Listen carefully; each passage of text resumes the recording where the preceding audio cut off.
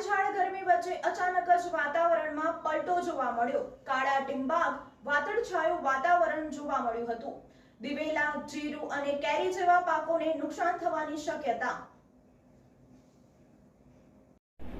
હાલ ઉનાળામાં કાળઝાળ ગરમીથી લોકો એક તરફ હેરાન પરેશાન થઈ ગયા છે। મનુષ્યો તો ઠીક, પરંતુ મૂંગા પશુ પક્ષીઓ પણ બેબાકડા જોવા મળી રહ્યા છે। છેલ્લા 2 દિવસથી વડોદરા શહેરનું તાપમાન 40 ડિગ્રી અને બુધવારે તેનાથી ઉપર જોવા મળ્યું હતું। ત્યારે શુક્રવારે સવારે અચાનક શહેર સહિત રાજ્યના વાતાવરણમાં એકાએક પલટો જોવા મળ્યો હતો।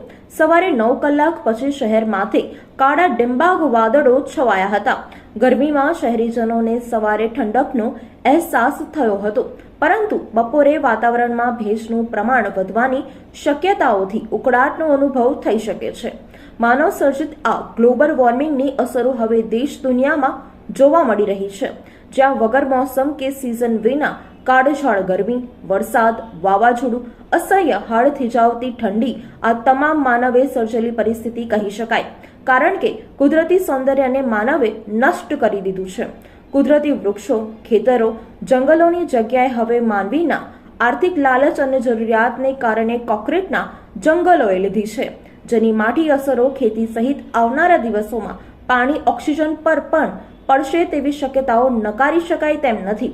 શહેરના વાતાવરણમાં હાલ તો ઠંડક પ્રસરવાથી લોકોને કાળઝાળ ગરમીથી વચ્ચે આંશિક રાહત થઈ છે, પરંતુ ભેજનું પ્રમાણ વધતા ઉકળાટનો અનુભવ થઈ શકે છે। સાથે જ જો માવઠું થાય તો જીરું, દિવેલા સહિતના ખેતી પાકોને અને કેરી જેવા ફળોને નુકસાન થઈ શકે, જેના કારણે કેટલીક વસ્તુઓ મોંઘી થઈ શકે છે।